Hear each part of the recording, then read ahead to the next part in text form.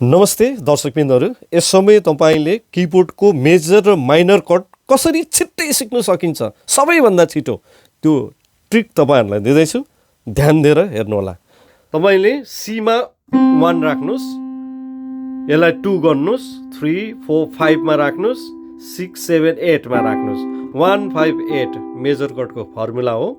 त्यस्तै डीमा तपाईँले 1 राख्नुहोस्, 2, 3, 4, 5 मा राख्नुहोस्, 6, 7, 8 मा राख्नुभयो भने डी मेजर कट भयो। त्यस्तै ई पनि 1, 5, 8, एफ, जी, ए, बी यो सबै 1, 5, 8 को फर्मुलामा मेजर कट बन्छ। अब जस्तै मेजर जान्नुभयो, माइनर सजिलो छ, यो घटाइदिनुहोस् एउटा, C major, C minor, D major, D minor, 1, 4, 8 हो है यो चाहिँ ए। यो एफ मेजर तर माइनर चाहियो हामीलाई, बिचको घटाइदिने, सक्यो। तपाईँलाई आयो, मेजर कट पनि आयो, माइनर कट पनि आयो। थ्याङ्क यू, धन्यवाद।